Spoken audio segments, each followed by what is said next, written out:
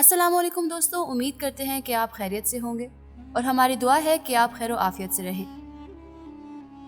راوی لکھتا ہے کہ سفر کے دوران اپنے ساتھیوں سے بچھڑ گیا اور بھٹک گیا تو میری ملاقات ایک بزرگ سے ہوئی جو پہاڑ کی ایک غار میں رہتے تھے۔ راوی کہتے ہیں کہ میں نے اور اس بزرگ نے عشاء کی نماز اکٹھے ادا کی اور بزرگ نے کہا کہ کچھ کھاؤ گے؟ تو میں نے کہا ہاں۔ تو بزرگ نے کہا کہ غار کے اندر درجے میں چلے جاؤ اور جو ملے کھا لو۔ میں اندر گیا تو کیا دیکھتا ہوں کہ ایک ایک پتھر پر اخروٹ، بادام، انجیر سب چیزیں ایک ایک کر رکھی ہوئی ہیں۔ میں نے جتنا چاہا ان میں سے کھا لیا۔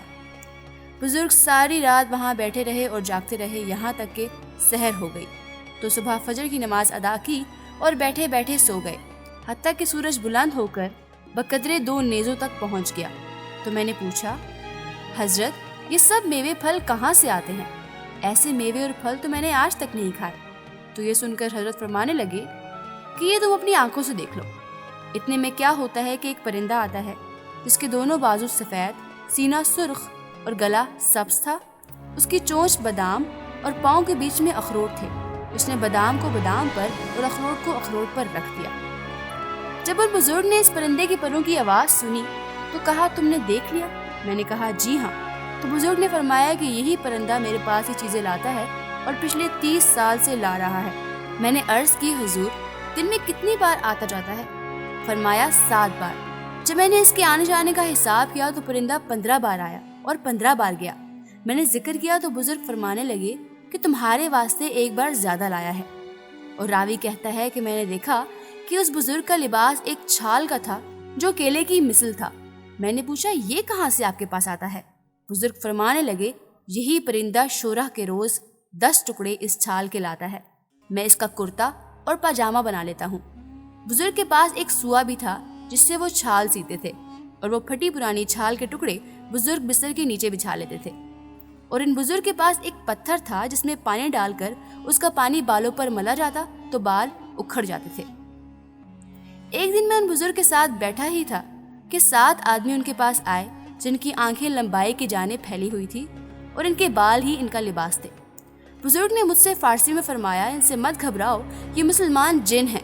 ان میں سے ایک نے سورہ طٰہٰ آپ کو سنائی اور دوسرے نے سورہ فرقان اور ایک نے سورہ رحمان کی کچھ آیات آپ سے سیکھی اور اس کے بعد وہاں سے چلے گئے۔ راوی کہتا ہے کہ میں نے بزرگ کو سجدے میں ایک دعا پڑھتے ہوئے سنا اور بزرگ اس دعا کو بلند آواز سے پڑھتے تھے۔ میں نے کہا، آپ نے یہ دعا کس سے سیکھی؟ انہوں نے فرمایا کہ مجھے اس کا الہام کیا گیا۔ ایک رات میں یہ دعا پڑھ رہا تھا، میں نے ایک خاتم کو کہتے سنا کہ جب تم یہ دعا مانگو تو بلند آواز سے مانگو کیونکہ یہ دعا مقبول ہے۔ راوی لکھتا ہے کہ میں ان بزرگ کے پاس 24 دن تک رہا۔ پھر مجھ سے اس بزرگ نے کہا کہ مجھے اپنا قصہ سناؤ کہ تم میرے پاس یہاں کیسے پہنچے۔ میں نے اپنا قصہ بیان کیا۔ فرمایا، اگر میرا یہ قصہ پہلے معلوم ہوتا تو تجھے اپنے پاس نہ رکنے دیتا۔ تیری وجہ سے تیرے ساتھی پریشان ہوں گے۔ تمہارا ان کے پاس لوٹ جانا میرے پاس رہنے سے اچھا ہے۔ میں نے عرض کی کہ جناب میں راستہ نہیں جانتا۔ وہ بزرگ خاموش رہے۔ جب زوال کا وقت آیا تو فرمایا، اٹھو چلو۔ میں نے عرض کی، مجھے کچھ نصیحتیں فرمایا، ادب سیکھو، بھوکا رہنا اختیار کرو اور مجھے امید ہے کہ تم ساتھیوں سے مل جاؤ گے۔ اور مجھے ایک ہدیہ بھی دیا اور فرمایا کہ طواف اور زیارت کے وسط زمزم اور مقام ابراہیمی کے درمیان ڈھونڈو ایک شخص کو جو ان صفات کا ملے، اس سے میرا سلام کہنا اور اپنے واسطے دعا کی درخواست کرنا۔ پھر وہ بزرگ مجھے لے کر غار سے باہر نکلے۔ دیکھا تو ایک درندہ غار کے دروازے کے باہر کھڑا ہے۔ اس درندے سے بزرگ نے کچھ کہا جو میں نہ سمجھ سکا۔ پھر بزرگ نے کہا، اس کے پیچھے پیچھے جاؤ، جب یہ کھڑا ہو جائے تو اپنے بائیں طرف دیکھنا، تمہیں راستہ مل جائے گا۔ وہ درندہ میرے آگے آگے چلنے لگا اور میں اس کے پیچھے پیچھے ایک جگہ پر جا کر کھڑا ہو گیا۔ جب میں نے اپنی سیدھی جانب نظر کی تو دمشق کی گھاٹی نظر آئی۔ میں اس راستے پر چل پڑا۔ میں دمشق کی جامع مسجد میں گیا تو بعض ساتھیوں سے ملاقات ہو گئی۔ میں نے انہیں سارا قصہ بیان کیا اور پھر ہم سب ان بزرگ کی تلاش میں نکلے اور بہت سے آدمی میرے ساتھ ہوئے۔ چنانچہ اس پہاڑ اور چشمے پر پہنچے اور 3 دن تک اس غار کو ڈھونڈتے رہے مگر اس کا پتہ نہ چلا۔ پھر میرے ساتھیوں نے کہا، یہ چیز تم پر ظاہر ہوئی اور ہم سے پوشیدہ کی گئی ہے۔ راوی لکھتا ہے کہ میں ہر سال حج کرتا تھا اور جس شخص کا پتہ بزرگ نے دیا تھا اسے تلاش کرتا تھا۔ وہ مجھے نہ ملے حتیٰ کہ 8 برس گزر گئے۔ اس کے بعد میں نے اس شخص کو جس کا پتہ بزرگ نے دیا تھا زمزم اور مقام ابراہیمی کے درمیان بعد نماز عشاء کے پایا۔ میں نے ان کو سلام کیا۔ انہوں نے جواب دیا۔ میں نے عرض کی حضور میرے لیے دعا فرمائیے۔ انہوں نے میرے واسطے چند دعائیں کی۔ پھر میں نے ان سے کہا کہ آپ کو ابراہیم کرمانی رحمۃ اللہ عنہ سلام کہتے ہیں۔ آپ نے دریافت کیا تم نے ان کو کہاں دیکھا؟ میں نے کہا کوہ لبنان میں۔ مجھ سے کہا خدا ان پر رحم کرے۔ میں نے کہا کیا ان کی وفات ہو گئی ہے؟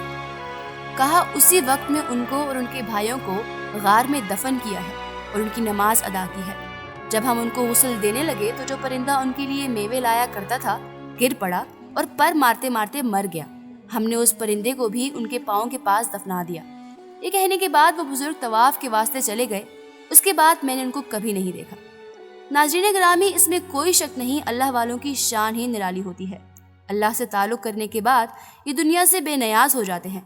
انہیں دنیا کے اسباب کی کوئی ضرورت نہیں رہتی، اور جو اللہ تبارک و تعالیٰ کی ذات سے جڑ جاتا ہے اللہ تعالیٰ خود غیب سے ان کی مدد فرماتا ہے۔